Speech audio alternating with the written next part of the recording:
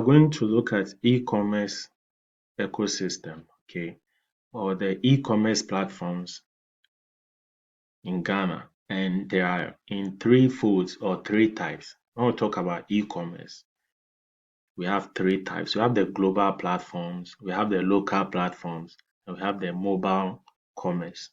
So we'll first look at global platforms. So when you look at the global landscape of e-commerce, the biggest platform is Amazon. So arguably, Amazon is the world's biggest e-commerce platform. It's not available physically in Ghana, but then people still use Amazon to purchase their products from abroad because Amazon offers products that people might not find locally to buy. Okay, so most people order products on Amazon, they direct it to a US address, then they will now forward it to a shipping um, company to bring it to Ghana.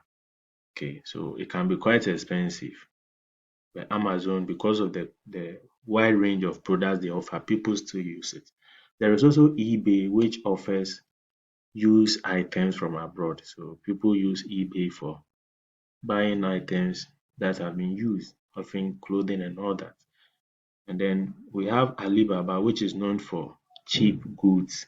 So most businesses, so Alibaba is based in China, and most businesses in Ghana also rely on Alibaba to source their goods. Okay, so people buy in bulk from Alibaba, even though it takes quite a long time before the product arrives. Because of the cheap product they offer, it's another global platform that is widely used in Ghana. Then we have PayPal. So PayPal is a global transaction, or it's a global payment platform. So if you are buying on Amazon, Alibaba, eBay, and other global platforms, more often than not, these platforms do not offer mobile money payment. So you have to go through PayPal. So it's another global platform in the e-commerce landscape. Yeah. But then people in Ghana can only send money using PayPal. They cannot receive money. And then it's the means that most people use to purchase on global e-commerce platforms. The last platform is Facebook Marketplace. So this is attached, or is an extension of Facebook. It allows people to buy from across countries. Okay, they also offer very cheap products, but there are concerns about security. Most fraudsters use Facebook Marketplace. So if you are not careful, you can see a phone at a price that is only good to be true, but it's not actually the right price. So Facebook Marketplace is another global platform that people in Ghana also use. Then we have the local platforms. So for local platform, the major ones, as we can see, Jumia, Jiji, Bolt, Glovo, and Uber Eats. But then we can classify these local platforms into three models. So if you are asked the three local models of e-commerce, okay, you have to know that we have the marketplace, the classifieds, and the specialized. So what then is the marketplace? So the marketplace platforms are the ones that offer a centralized platform that handles delivery as well as payment. The name is quite simple when you relate it to a market. When you go to market and you are buying something, you you go through the whole process. You buy, you take your item, and then you pay for it. Okay. So Jumia is a typical example of the marketplace model. Okay. Because they offer not just the platform for you to buy your goods, they also allow you to make payments, okay, for the goods, and also they handle delivery. So you can do everything from buying of the product to receiving it on Jumia. So that is why we classify that one under marketplace. Okay. And Jumia is a leading e-commerce platform in Ghana. Okay, it is the leading one in Ghana. Then we also have the classified. So we can put Jiji under classified. Classifieds are the ones that they just connect buyers and sellers. Okay, but then they do not handle transactions. So they are just providing a platform for you to meet people that sell the items or the goods that you are looking for.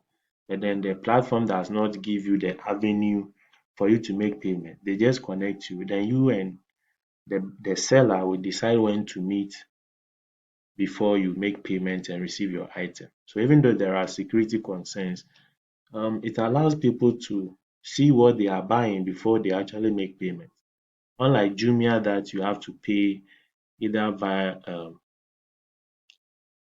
digital platforms or even on delivery. With classifieds, they connect you with the buyer. So you will negotiate with them how you want to receive your item and how you want to make payment. So that's what the classifieds means. And a typical example is Jiji. Okay, it was formerly Tonaton. So it allows people to sell goods and services, typically cars and property. The third model under local platforms are the specialized.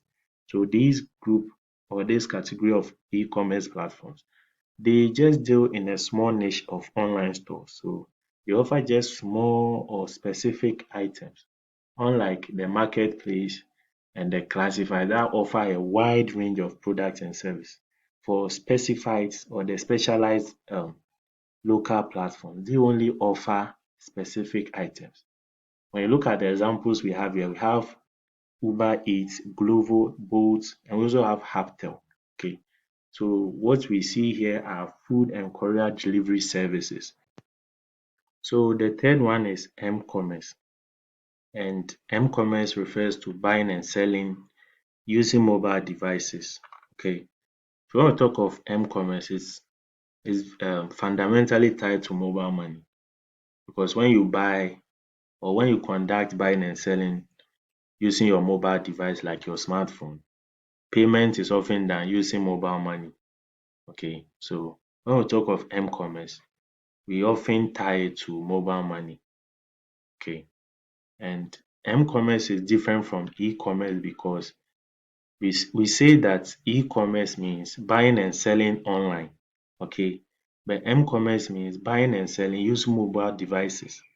Even though mobile devices have access to the internet, and when you are using them to conduct buying and selling, one might think that you always use internet connection. It's not always so.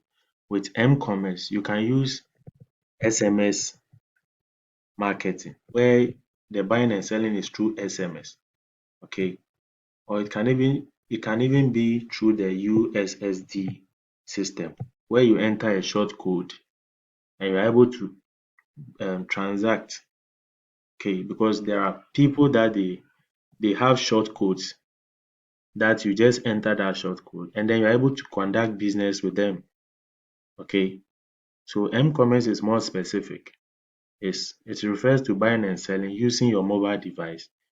Okay, and then it can be in the form of the channels you use for doing that, where payment is done through mobile money, and also where you use the USSD platform where you can enter a short code and then you can choose from a wide range of products or services offered.